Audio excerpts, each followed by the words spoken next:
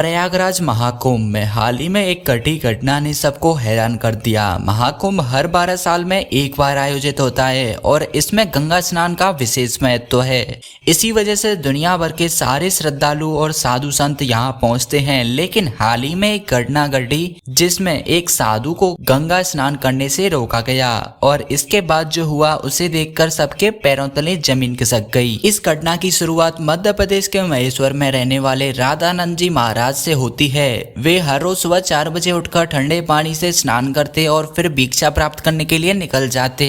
उन्होंने सांसारिक सुखों का त्याग कर कई वर्षों तक कठोर तपस्या कर सिद्धियां प्राप्त की। जब उन्हें प्रयागराज महाकुंभ के आयोजन की सूचना मिली तो वे बहुत उत्साहित हो गए और पहले ही वहां पहुंचने का निश्चय कर लिया।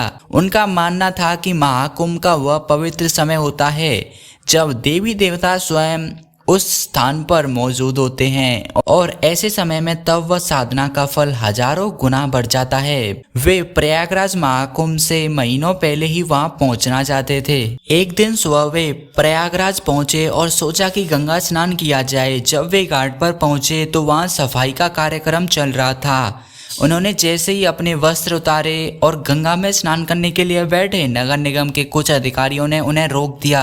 अधिकारियों का कहना था कि इस समय स्नान की अनुमति नहीं है क्योंकि सफाई का कार्यक्रम जारी है। साधु महाराज ने शांतिपूर्वक समझाया कि गंगा नदी पर किसी का अधिकार नहीं है और यह सभी के लिए खुली है। लेकिन अधिकारी गुस्से में आ गए और बोले कि अभी पूरा दिन पड़ा है, फिर भी तुम इतनी ठंड में 4 बजे क्यों नहाना चाहते हो। साधु महाराज ने विनम्रता से उत्तर दिया कि यह उनका नित्य नियम है, लेकिन अधिकारी उनकी बात सुनने को तैयार नहीं थे। राधानंद जी महाराज ने कुछ नहीं कहा और घाट पर ही ध्यान अवस्था में बैठ गए। जब अधिकारियों ने साफ सफाई की मशीनों को शुरू करने का प्रयास किया तो एक चमत्कार हुआ। मशीनें चालू ही नहीं हो रही थी। ऐसा लग रहा था जैसे कि वे जम गई हों। इंजीनियरों ने मशीनों की जांच की लेकिन वे सभी सही थीं और कोई भी तकनीकी खराबी नहीं थी। कई प्रयासों के बाद भी मशीनें चालू नहीं हुई। जब वहां मौजूद एक इंजीनियर ने साधु महाराज को देखा तो वह तुरंत उनके चरणों में गिर पड़ा। उसने अधिकारियों को बताया कि ये वही महेश्वर के सिद्ध महाराज हैं जिन्होंने एक बार सांप के काटने पर उसकी जान बचाई थी। यह सुनकर अधिकारियों को अपनी गलती का एहसास हुआ। सभी अधिकारी साधु महाराज के पास गए और हाथ जोड़कर माफी मांगी। साधु महाराज ने उन्हें क्षमा कर दिया और कहा कि गंगा सभी के लिए है,